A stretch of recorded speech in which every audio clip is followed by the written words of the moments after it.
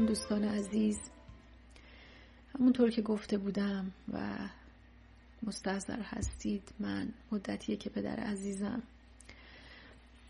دیگه بینمون نیستن و در واقع حضور فیزیکی ایشون رو از دست دادیم و هنوز داریم با این سوگ دست و پنجه نرم میکنیم. خیلی من روزها به بابا فکر میکنم و خودم فکر کردم در واقع یک اپیزود ضبط کنم در مورد خصلت‌های بابا، اونایی که به نظر خودم خیلی جالب بود و حالا متفاوت میدیدم بابا رو به خاطر اون خصوصیات و خیلی وقتا فکر میکنم چطور بابا میتونست اینجوری باشه و چرا من گاهی وقتا نمیتونم. تصمیم گرفتم این خصوصیات رو بگم. من برای این ویدیو در واقع برای این اودیو چیزی یادداشت نکردم، هیچ چیزی از قبل تعیین شده ندارم، فقط میخوام از دلم صحبت کنم و در واقع یه سری حالا اون هایلایت هایی که یادم میاد و بگم. بابا خیلی شخصیت کاریزماتیکی داشت و در واقع عجیب انسان ها جذبش میشدن، چه خانوم چه آقا. در واقع اون رئوفی و مهربانی و قلب صافش جذب میکرد آدم ها رو، نه حالا بگی به خاطر نمیدونم پول یا نمیدونم اموال یا موقعیت شغلی، هیچ کدوم اینا نبود. در واقع یک حالت کاریزماتیکی داشتن که خیلی برای من جالب بود و اینو من فقط نمیگم که فرزند ایشون هستم، اطرافیان هم میگن، دوستان، فامیل، آشنایان. در واقع یه جورایی بزرگتر فامیل بودن بابا، بزرگتر نه از لحاظ سن، بزرگتری که واقعا حمایتگر بودن و خیلی همه رو هم عاطفی و هم حالا هر جایی میتونستن به روش‌های دیگه حمایت میکردن. بابا دل صاف و بیکینه‌ای داشت، یعنی این که میگم بیکینه واقعا بیکینه، چون همیشه هم میگفت سعی کن ببخشی و گذشت کنی و این خیلی ها اینو میگن، ولی من تو اطرافیانم حالا دیدم خیلی ها میگن، ولی اینکه عمل کنی یا اونو زندگی کنی خیلی سخته. من خودم خیلی کتاب خوندم، خیلی این چیزها رو شنیدم، خیلی به بقیه میگم، ولی هنوز خودم به اون نقطه نرسیدم که بتونم عمل کنم. ولی بابا واقعا اون چیزایی که میگفت و زندگی میکرد و یکی از دلایلی که کاریزماتیک بود بابا به نظر من اینه که فاصله بین ظاهر و باطنش صفر بود. یعنی بابا همه جا خودش بود، هیچ وقت تظاهر نمیکرد یک شخص دیگه باشه یا تظاهر به چیزی بکنه. با هر آدمی، هر مدل، هر پوزیشنی، موقعیتی، هر نمیدونم در واقع طبقه اجتماعی، با همه آدما برخوردی که میکرد یه مدل بود. یعنی هیچ وقت تظاهر ندیدم بابا بکنه و همین باعث میشد که در واقع به دل بشینه. و این نکته ایه که حالا من اخیراً خودم متوجه شدم، اون فاصله ظاهر و باطن رو وقتی آدم کم کنه هیچ وقت استرس نمیگیره، استراب نمیگیره. تو هر جمعی بابا خودش بود، در واقع چیزایی که تعریف میکرد هیچ وقت استرس نمیگرفت یا احساس کنه که حالا یه شخصی از اون خیلی بالاتره یا خیلی پایینتره از لحاظ موقعیت اجتماعی یا مالی یا طبقاتی یا هرچی. همچین حسی نداشت، به معنای واقعی انسانها رو برابر میدونست و همین باعث میشد که خیلی کاریزماتیک و دوست داشتنی باشه.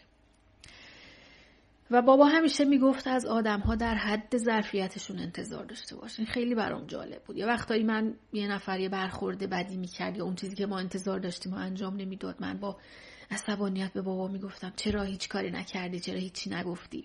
بابا همیشه با خونسردی میگفت از آدم‌ها در حد ظرفیتشون انتظار داشته باش. ما نمیدونیم درون ذهن اون الان چه جنگیه، نمیدونیم تو چه شرایطی بزرگ شده، نمیدونیم الان داره با چه مشکلاتی دست و پنجه نرم میکنه. شاید اصلا اون انتظاری که ما از اون شخص داریم اصلا به ذهنش نرسیده، اینقدر مشکلات دیگه داره یا اونقدر فکرش مشغوله که اصلا به این قضیه فکر نکرده.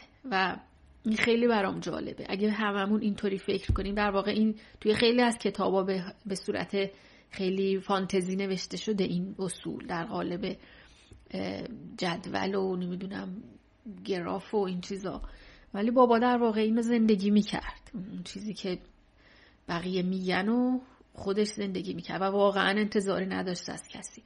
و یه وقتایی من میدیدم یه کسی که حالا برخورد بدی با بابا داشت در وهله اول، بابا برخوردش با اون آدم جوری بود که اون کم کم نرم میشد و خود اون آدم میشد یکی از هوادارای بابا، چون میدید در نهایت که بابا نه آدمیه که بخواد زور بگه یا مثلا کسی رو مجبور کنه کاری براش انجام بده یا توقعی بی جا داشته باشه. در واقع کار خودش رو میکرد و سعی میکرد حالا انتظاری از کسی نداشته باشه و به ما هم همیشه میگفت اگه میخوای به صلح برسی با خودت و با بقیه انتظاری از هیچ کس نداشته باش، حتی اونی که دوست صمیمیته یا فامیل نزدیکه. هیچ وقت حتی از خواهر برادرای خودش بابام توقعی نداشت که چرا این کارو برای من نکردن، یا خیلی خیلی برام این جالبه و میدونم اینجوری زندگی کردن خیلی سخته، راحت نیست، چون ما آدما یه جایی دوست داریم و میخوایم فرافکنی کنیم، میخوایم مشکلاتمون رو بندازیم گردن بقیه. این کار نکردم چون اون کارو نکرد. ولی بابا اینجوری نبود.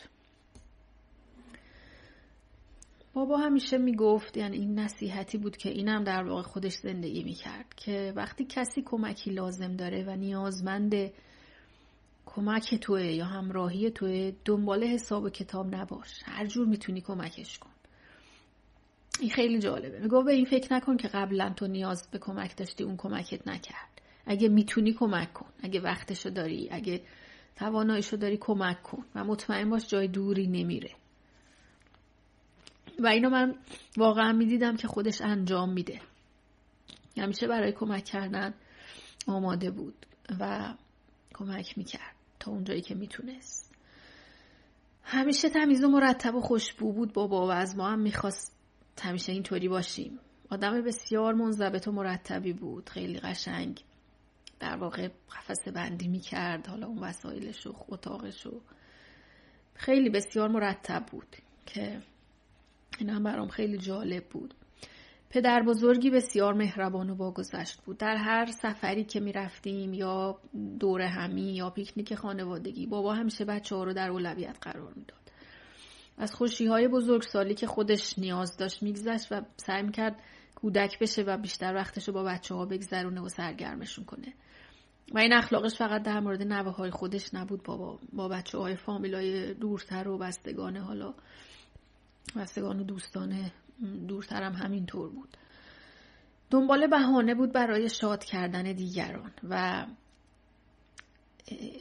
هم شاد بود، هم سعی میکرد دیگران رو شاد کنه و هیچ وقت دنبال بهونه گیری و کدورت تراشی و این چیزا نبود. و میگفت همیشه این در واقع یه جورایی شعار بابا بود، میگفت سعی کنید شاد باشید، شما قصه بخوری یا نخوری چیزی عوض نمیشه، پس شاد باش و اطرافیانت هم شاد کن. و در واقع میگه محبت به مردم محبت به خداست. این هم خیلی چیزی بود که واقعا اعتقاد داشت، نه اینکه فقط بگه، و اینو تو رفتارش ما میدیدیم. و یک چیز جالبی که همیشه میگفت بابا، میگفت وقتی ما نماز میخونیم به طرف خانه کعبه، اگه خانه کعبه رو برداریم در واقع آدم‌ها به طرف هم وایسادن و نماز میخونن و این نشون میده که تکریم و احترام به هم نوع در واقع همون اصل عبادته، اون چیزیه که خدا از ما میخواد، نه چیزای دیگه. و در واقع همون تکریم هم نوع، آزار نرسوندن به دیگران اولویت اصلیش بود. همیشه به شدت به حلال بودن پول اعتقاد داشت و همیشه برکت پول و زندگیش زیاد بود و به قول خودش ارز زندگی مهمه نه طولش، بیشتر به ارز و کیفیت زندگی فکر میکرد تا طولش. ببخشید. بابا در واقع توانایی دیگه‌ای که داشت این بود که به شدت توانایی وفق دادن خودش با محیطو داشت. در هر شرایطی میتونست بدون هیچ وسیله و امکاناتی از وقت خودش لذت ببره و هرگز اهل غر زدن نبود و برای اطرافیان هم سرگرم جور میکرد، مثلا معما، بازی‌های ابتکاری برای بچه‌ها، بزرگسالا رو سرگرم میکرد. یعنی روزها میتونستی بشینی در کنار بابا و اصلا احساس نکنی که وقتت داره تلف میشه یا حوصله‌ات سر میره. اینقدر داستان‌های آموزنده بلد بود. از تجربیات خودش میگفت، از تجربیات اطرافیانش، پدر و مادرش، و جوری اینا رو تعریف میکرد که خیلی اثر میذاشت روی انسان. و نکته دیگه‌ای که من در رفتار بابا میدیدم این بود که در هر چیزی زیبایی هاشو اول میدید. یعنی من احساس میکنم این یه خصلت ذاتیه، چیزی نیست که اکتسابی باشه. شاید هم باشه، من هنوز بهش نرسیدم. در هر چیزی زیباییاشو میدید، طوری که ما اگه به نقص یا نکته منفی اشاره میکردیم با تعجب میگم من اینو ندیدم، این چیزی که شما میگینو. یعنی اصلا اونقدر که تمرکزش روی نکات مثبت و زیبایی ها بود، منفی ها رو شاید نمیدید یا خیلی کم رنگ و بی اهمیت میدید. از هر انسان بدخلق و تلخی میتونست یه آدم شاد و خندون بسازه. در واقع باعث میشد انسان‌ها در حضورش بهترین نسخه خودشون بشن و اعتماد به نفس پیدا کنن. در مورد من حداقل اینجوری بود و در مورد اطرافیان هم میدیدم. در انسان‌ها خوبی رو میدید و بخش خوب آدم‌ها رو بیرون میکشید و باعث بروز اون خوبیای آدم‌ها میشد. هر آدمی خوبی داره دیگه، اون که بتونی بروز بدی مهمه. و بابا جوری رفتار میکرد که دیگران همیشه دوست داشتن خوبیاشون رو بروز بدن، اون بخششون رو در واقع نمایان میکرد. بابا هدیه برای بابا میبردیم، اینقدر از هدیه تعریف میکرد، حتی هدیه‌ای بسیار کوچیک، و اینقدر ازش استفاده میکرد که واقعا همه لذت میبردن براش هدیه ببرن. عاشق گل بود، گل طبیعی، عاشق اجتماع و بازار و مردم بود، به شدت مهربان و با محبت بود. روشی که بابا گذشت میکرد برای من عجیب بود. خیلی واقعا دلش دریا بود و کینه ای از کسی به دل نمیگرفت و اصولا کینه ورزی بلد نبود و همیشه روی مثبت ها تمرکز داشت، همونطور که گفتم، طوری که مسائل منفی توی ذهنش نمیموند. بابا حسابدار بسیار دقیق و مدیر بسیار منصف و مهربونی بود. بسیار انسان فنی و دست به آچاری بود به قول معروف. در خونه برای هر مشکل فنی یا مشکلی تو ماشین سریعا یه راهکاری پیدا میکرد یا یه چیزی ابداع میکرد، در واقع یه ابتکاری به خرج میداد که اون مشکل رو حل کنه. و حتی مثلا برای وسایل بازی بچه ها از تاب و سرسره و حالا اینجور وسایل توی حیاط خونه تمام امکانات رو برای بازی بچه ها و خوشحالیشون فراهم میکرد. در واقع خونه ما همیشه یه جورایی پارک بود برای بچه های فامیل که می اومدن اونجا، زنگ تفریح و خوشگذرونی و که واقعا باعث خوشحالی بابا بود. دل خیلی جوون و شادی داشت بابا.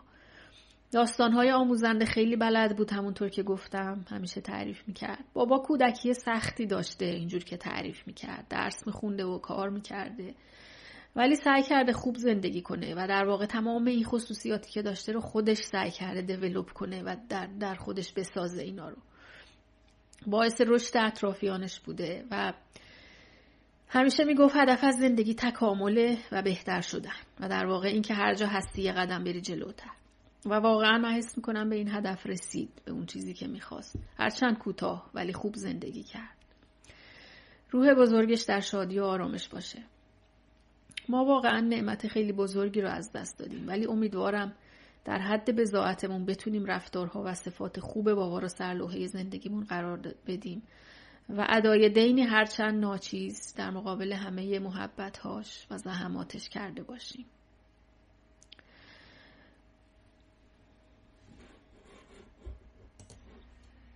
در مورد موسیقی هم یه نکته‌ای بگم. بابا خیلی اهل شب شعر و دوره همی و برنامه‌های موسیقی بود. خودش ویولون می‌نواخت و بسیار پنجه شیرینی داشت، هرچند بابا گوشی ویولون رو یاد گرفته بود و هیچ وقت تو زندگیش استادی نداشت.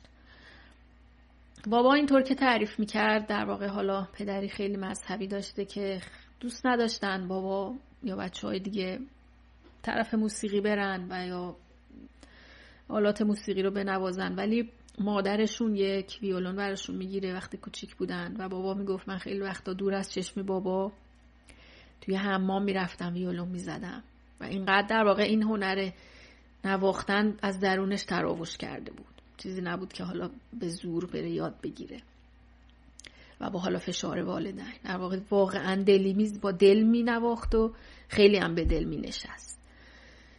و من در آخر این ویدیو سعی میکنم یه تیکه از نوازندگیشون رو بذارم، صداشو.